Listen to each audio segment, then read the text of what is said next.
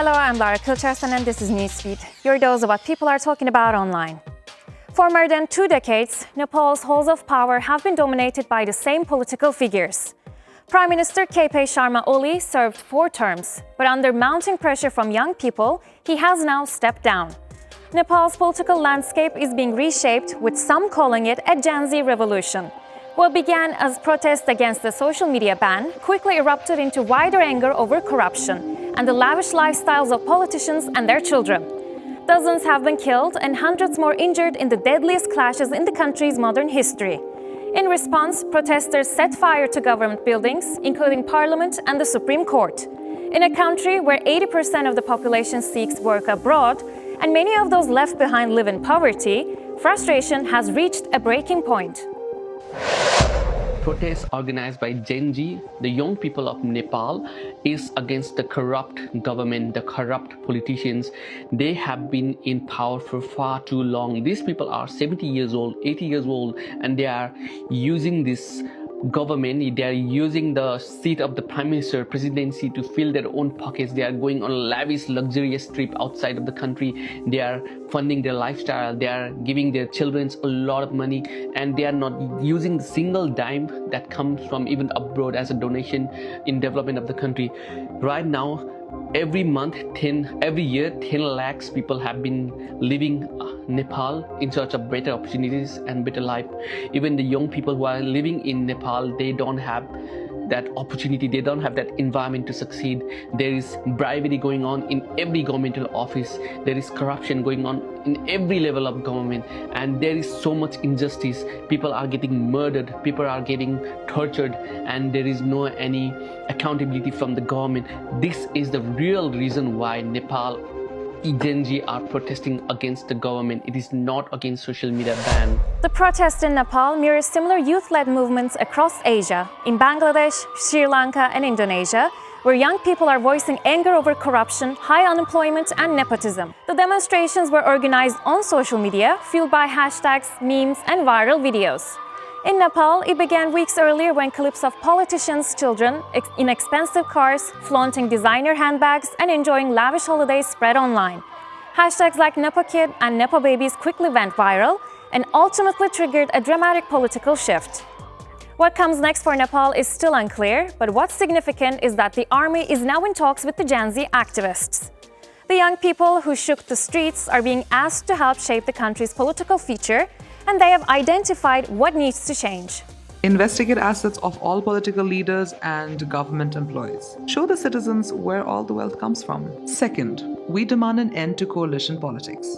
We want to directly elect our leaders, not vote for parties to play musical chairs when accountability is demanded. Third, we demand accountability on public spending and services. So, full disclosure on how tax money is spent on healthcare, education, infrastructure, etc. should be disclosed to the public. Fourth, we demand judicial and institutional independence. So justice must be independent, not controlled by parties. Fifth, we demand youth in politics because Nepal's future belongs to the youth and we need leaders who can understand today's struggles. Sixth, we demand consultation before major decisions. The people's voices must be heard before making major national decisions. So no more backroom deals without citizen input. 7, we want our digital freedom back. Social media isn't just for scrolling. It is where students learn. It is how businesses grow. It is how voices are heard. It is how awareness can be spread and for communities to survive. Banning social media silences the youth and weakens the economy. Eighth, we demand the truth from the government. For example, they lied to us about the real reason behind why social media platforms were actually banned, because clearly they weren't unregistered. So maybe, just maybe, they did it to control the narrative, hide the truth, and most importantly, we demand a real democracy, not a dictatorship in disguise. Israel's brazen attack on Qatar has shaken the world, but the global response has been muted. On Thursday, the UN Security Council issued a joint condemnation of the attack, yet stopped short of naming Israel. That omission has sparked accusations the Council is enabling Israel's impunity. On Tuesday, Israel targeted Hamas political leaders meeting in Doha to discuss a new ceasefire proposal from US President Donald Trump. Washington itself described the strike as a unilateral move that served neither American nor Israeli interests. 5 Hamas members were killed, but the group says its top leadership survived. A Qatari security officer also died in the unprecedented assault, which has heightened regional tensions. The strike coincided with Israel's intensified offensive in Gaza City, forcibly displacing more than 200,000 people once again. Meanwhile, Israeli Prime Minister Benjamin Netanyahu has pushed ahead with an illegal settlement expansion plan in the occupied West Bank. Critics say the move would make a future Palestinian state virtually impossible.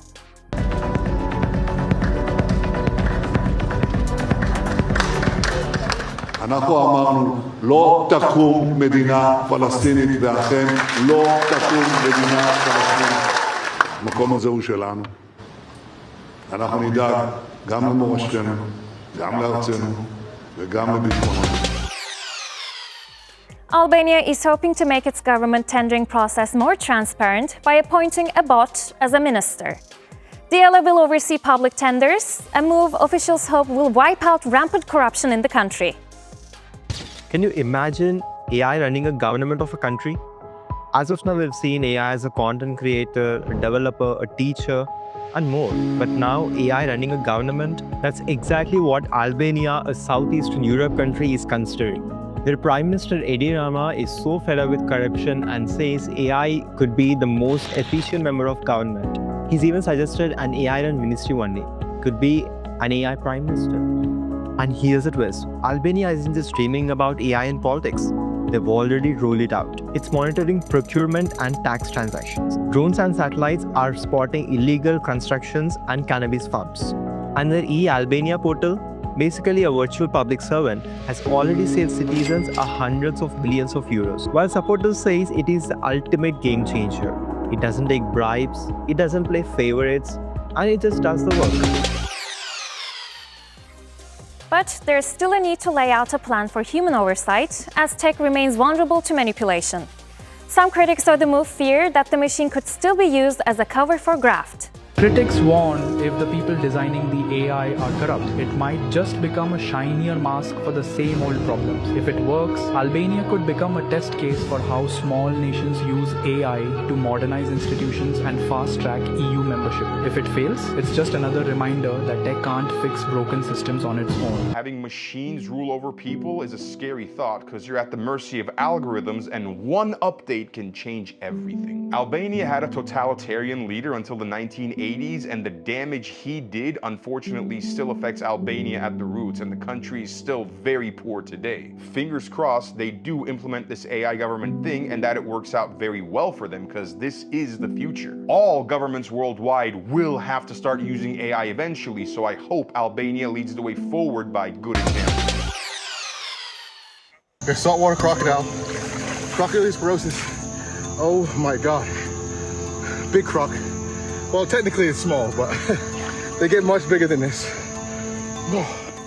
Australian authorities are investigating an American influencer after he posted videos of himself trapping wild crocodiles in Queensland. Mike Holston, known online as the real Tarzan, is facing a storm of criticism after wrestling a freshwater crocodile in one video and manhandling a saltwater crocodile in another. That's one of the deadliest animals on the planet. Holston insists his stunts are for educational purposes, but experts call his behavior reckless and cruel. Queensland's premier dismissed them as a goose, and animal rights group PETA is demanding he be punished, deported, and banned from ever returning. The acts are illegal and extremely dangerous, with fines of up to $28,000. But campaigners warn penalties like that are laughable compared to the money influencers can make from viral videos, and that social media is glorifying harmful encounters with wildlife. Just a few months ago, another American influencer was condemned for filming herself picking up a baby wombat by the roadside in Australia. Influencers are known to push boundaries for likes and views, sometimes endangering wildlife, themselves, or even offending local cultures. And in many cases, it ends the same way, with heavy fines, deportations, global backlash, and in extreme cases, death. Apple showed off the iPhone 17 lineup at its annual showcase on Tuesday, headlined by the ultra-slim iPhone Air. But the buzz is mixed. Critics say the new features feel recycled and the price tag isn't helping. And what new things are in it? Look at those nice colors. And even the Pro model has orange now. You should know that the people don't care about colors. They add a case. Well, we showcased our new case too if you want to get it. Okay, this is ugly. Yeah, I worked hard for this. We even made a strap that you can connect to the case with a magnet. Cool, right? You don't want to hear my answer, but how about you tell me what's new with the iPhone? It will have a better chip, so it will be a lot faster. Okay. And for protection, we add a ceramic layer to the front and back, so yeah, it won't be scratched easily. Okay, that's not bad. And we made a better battery. Okay, every single year you keep saying you made a new battery. Yeah, but this one is better. But we also made a better camera. Okay, so battery and camera, the things that you keep saying that are new every year. Apple, give me something new. Don't you like the new design? Hey, Apple, that kind of looks like my Google Pixel, like the whole bump thing. No, look at it. It's kind of similar. Yeah, and I don't think people are liking that whole bump look. I didn't tell you about the best thing we've made. The new iPhone Air. It's the thinnest iPhone ever with 5.6mm edges. And it has great battery too. You know what? I kind of like this. It's super thin. Apple, you know our Samsung Galaxy Fold 7 is thinner, right? Let me have one win in this. And Samsung was quick to troll Apple. On its X account, the hashtag #ICan't was used to mock the questionable new iPhone features. The tweets quickly racked up likes and shares, keeping the rivalry alive online. I can't believe this is still relevant. 48 megapixel times 3 still doesn't equal 200 megapixel. Apple just announced live translation at not. All we can say is welcome to the party. I can't believe some people had to wait 5 years for sleep score. And that's our show. Find our latest stuff on YouTube and do subscribe to our channel. See you soon.